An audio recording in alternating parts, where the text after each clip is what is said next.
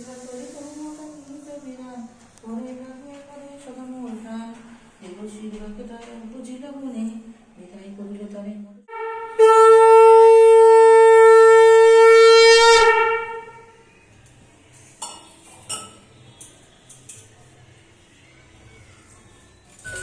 সুপ্রভাত বন্ধুরা, আমার নতুন আর একটা ব্লগে তোমাদের সবাইকে জানাচ্ছি অনেক অনেক স্বাগত। তো আজকে থাম্বনেল দেখে তোমরা বুঝে গেছো আজকে কোন রিলেটেড ভিডিও করতে চলেছি। আজ আমাদের বাড়িতে গোটা ষষ্ঠী। তোমাদের কাদের কাদের বাড়িতে গোটা ষষ্ঠী ছিল অবশ্যই কিন্তু আমাকে কমেন্টে জানিও। সকাল সকাল মা তো পুজো দিয়ে নিয়েছে, আর এদিকে আমাকে বলেছে তুই আজকে একটা শাড়ি পরবি, আর নতুন শাড়ি। আমি তা না করে মায়ের একটা পুরনো শাড়ি প্রথমে পরেছিলাম, কিন্তু সেই শাড়িটা পরে মনে হলো যে মায়ের কাছে বকা খাওয়ার সম্ভাবনা থেকেই যাচ্ছে। এই কারণে আমি আবার শাড়িটাকে চেঞ্জ করে নিলাম। যদিও রেডি হতে হতে আমি অনেকটা সময় কভার করে দিয়েছি, তবুও বকা খেয়ে লাভ নেই, তাই চটপট করে অন্য শাড়ি পরেই নিলাম। দেখছো কেমন লাগছে শাড়িটা পরে।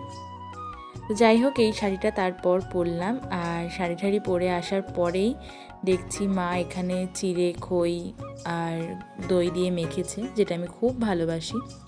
তারপর আমি চলে এসেছি গোটা ষষ্ঠীর জন্য যে সমস্ত জিনিসপত্র গোটা দেওয়া হবে, আনাজপাতি, সেগুলো ভালো করে ধুয়ে ব্যবস্থা করতে। আগের বছর যখন এ বাড়িতে গোটা ষষ্ঠী হয় আমি তখন ছিলাম না, যার জন্য আমি অনেক কিছু জানতাম না। ছিলাম না বলতে সেই সময় আমাদের পুচকুসোনা হয়েছিল, যার জন্য আমার বাড়ি থাকা পড়েনি, হসপিটালেই ছিলাম। তো এই কারণেই তো এখানে গোটা ষষ্ঠীর জন্য সব কিছু ছটা করে নেওয়া হচ্ছে। দেখো প্রত্যেকটা সবজি তোমাদেরকে দেখাচ্ছি, আর সবথেকে ইন্টারেস্টিং হচ্ছে এই 6টা পালং শাকের গোড়া, সেগুলোও নেওয়া হয়েছে। এগুলো যখন খুব ভালোভাবে ধোয়া হয়ে যাবে, আরও 6টা কুলও কিন্তু ভাতে ছিল, এগুলো যখন খুব ভালোভাবে ধোয়া হয়ে যাবে একটা একটা করে এই কাপড়ের মধ্যে নিয়ে নিচ্ছি ছোটোখাটো যেই সবজিগুলো, কারণ এই কাপড়ের মধ্যে থাকলে না তাহলে হারিয়ে যাওয়ার সম্ভাবনাটা থাকবে না ভাতে দিলে। আর তারপরে এইদিকে দেখো আজকে গ্যাসটাকে নামিয়ে নেওয়া হয়েছে, কারণ ওপরে দাঁড়িয়ে রান্না করার থেকে মা এখানে বসে বসে বেশ অনেকক্ষণ ধরে রান্না করতে পারবে, এই কারণে। তো আজকে হয়েছে, মেনুতে ছিল ডাল,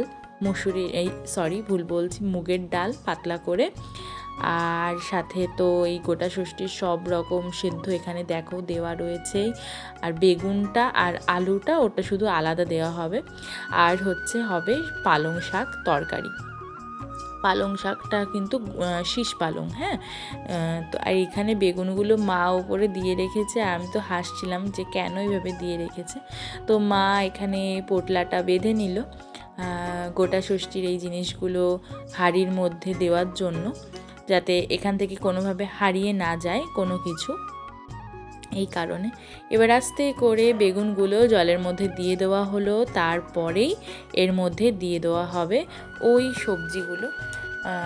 সবজিগুলো দেওয়ার পরে আমি হঠাৎ করে ছাদের দিকে আসলাম, দেখলাম এই গাছগুলো না আমাদের ওই বাড়ি অর্থাৎ হাকিমপুরের বাড়ি থেকে নিয়ে আসা হয়েছিল। তো সেই গাছগুলো এখনও অবধি টবের ব্যবস্থা করা হয়নি, তো বিরাটি থেকে কিছু গ্রো ব্যাগ নিয়ে আসা পড়েছিল এই দিনে, তাই সেগুলো সুদীপ্ত গ্রো ব্যাগের মধ্যে বসিয়ে দিচ্ছে। যাই হোক, এদিক হতে হতে দেখলাম মায়ের রান্নাও প্রায় কমপ্লিট, কারণ বললামই আজকে মেনুতে যে খুব বেশি জিনিস তা না। আর এখানে তো আলু সিদ্ধ মাখা হচ্ছে, আলু সিদ্ধটা খাওয়া হবে ঘি দিয়ে, আর এই বেগুনটা আলাদা ভাতে মাখা হবে, কুলটা আলাদা সাইডে দেওয়া হবে। প্রত্যেকটা মেনু তোমাদের সঙ্গে শেয়ার করছি। তো আজকের ব্লগটা অনেকটাই ছোট, তো দেখতে থাকো কিভাবে আমাদের গোটা ষষ্ঠীর খাওয়া দাওয়ার মেনুতে কীরকম করে কিভাবে সব কিছু করা হয়। আমার কাছে কিন্তু বেশ ইন্টারেস্টিং লেগেছিল, কারণ আমি এর আগে আমাদের বাড়িতে এই নিয়ম নেই, যার জন্য আমি জানি না। আর সবথেকে বড় কথা, এই গোটা ষষ্ঠীর দিন সমস্ত খাবার কিন্তু যারা উপোস করে, গোটা ষষ্ঠীটা পালন করে, তারা কলা পাতায় খায়। আর আমরা তো ছানাপনা, আমরাও শুরু করলাম কলা পাতায় খাওয়া। তো কলা পাতাতে সবার প্রথমে ভাত দিয়ে দিলাম, আর ভাতের পর একে একে সমস্ত কিছু দেওয়া হবে। আর দাদা এদিকে নারকোল কাটছিল, কারণ নারকোলটা বেশ ভালোই লাগে, ডালের সঙ্গে জমে যায়। তো চলো আজকের ব্লগটা এতটুকুই। দেখা হচ্ছে নেক্সট আর একটা কোনো ভিডিওতে। যদি ভালো লাগে অবশ্যই লাইক, শেয়ার অ্যান্ড কমেন্ট করতে ভুলো না। আজ তবে আসি, টাটা।